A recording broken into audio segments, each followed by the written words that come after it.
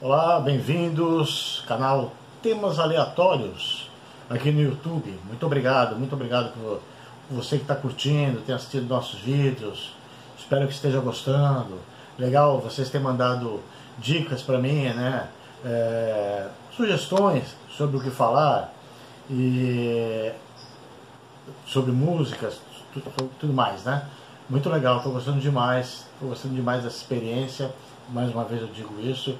Continue curtindo, né? Recomendando aos seus amigos, compartilhando, dando a sua sugestão aqui, fazendo seu comentário. Principalmente fazendo comentário, é legal esse retorno, né, os comentários de vocês. O tema de hoje, que é crônica, é que esses dias eu li um livro que me foi emprestado, né? As 100 melhores crônicas brasileiras. São 100 crônicas assim fantásticas, né? E a crônica é uma atividade, vamos dizer assim, uma vertente da literatura que já foi renegada, né? Porque no meio do século XIX era uma literatura menor, vamos dizer assim, uma literatura que não era levada a sério.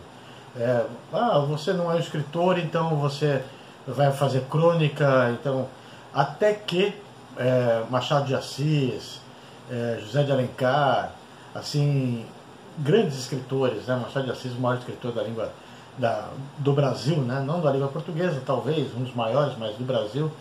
E ele começou a escrever para jornais, fazer crônicas assim, de coisas ordinárias, né? Coisas do dia a dia, coisas fúteis, coisas normais, cotidiano, não fúteis, mas normais.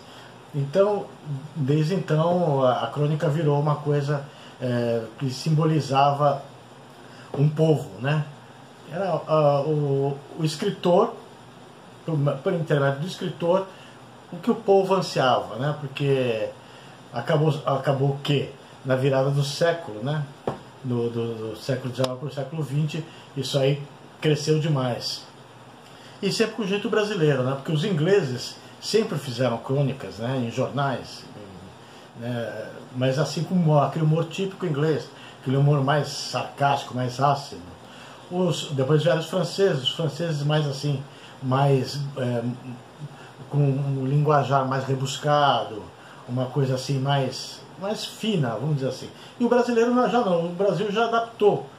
Começou com os grandes escritores, como eu disse, mas depois adaptou para coisas do dia a dia mesmo, né? E foi pontuando. Por exemplo, teve a Primeira Guerra Mundial, teve várias crônicas a respeito no Brasil e no mundo, mas vamos focar um pouquinho mais nas crônicas brasileiras, né? Aí depois teve a década de 50. A década de 50 foi muito importante porque foi aí que veio o termo, né? O síndrome, como é que é? O complexo de vira-lata, né? Do Nelson Rodrigues, quando na final de 58, nem ele mesmo não acreditava muito na seleção brasileira, porque vinha aquele negócio, aquele complexo, porque perdeu a final de 50 no futebol, na Copa do Mundo de 50 no Brasil, perdeu para o Uruguai, então o Brasil o Nelson Rodrigues cunhou esse termo, complexo de vira-lata, o brasileiro sempre se sentia menor. E foi para a final da Copa de 58 contra a Suécia, foi um passeio, 5-2 para o Brasil contra a Suécia e tal, mas os brasileiros aqui no Brasil mesmo não confiavam e continuavam, mesmo depois disso, duvidando, né, das forças brasileiras, né? E aí depois teve a década de 60, que mudou o comportamento no mundo, no Brasil e no mundo, e muitos termos foram cunhados a partir daí, e veio a partir da crônica, né, das crônicas de vários escritores espetaculares, né, dos anos 60, o Brotinho, o Broto e tal, uma moça bonita, não sei o quê. E é legal você ler assim crônicas dos anos 50, dos anos 60, do começo do século passado, depois dos anos 50, anos 60, que os termos foram mudando muito, né? E uma vez, inclusive, falaram para o Carlos Drummond de Andrade que as crônicas que ele escrevia, que todos os cronistas escreviam, eles usavam muitos termos antigos, né? E ele conseguiu fazer uma crônica inteirinha só com palavras que já estavam em desuso, palavras que já não se usavam mais no coloquial, né? Então, umas coisas de gênio, né? Estamos falando de Carlos Drummond de Andrade, né? E teve vários, né? Rubem Braga, Mário Prata, mais assim nos anos 80, anos 90, anos 70, 80, 90, Luiz Fernando Veríssimo, grandíssimo, né? Um dos maiores escritores, e também escreveu muitas crônicas. Carlos Heitor Coni, que eu li demais, li alguns livros do Coni, e eu li o Coni na Folha de São Paulo, eu assinava a Folha de São Paulo nos anos 90, e todos os dias praticamente tinha crônicas do Carlos Heitor Coni, muito bom, muito sagaz, muito inteligente. E é uma forma de cultura, eu acho, bem interessante, né? Porque você lê diversas vertentes, né? Tanto filosóficas, como políticas, como até da intelectualidade, né? Todo tipo. Stanislau Ponte Preta, que era o Sérgio Porto, né? Que foi mais especializado, caiu mais pro lado do futebol.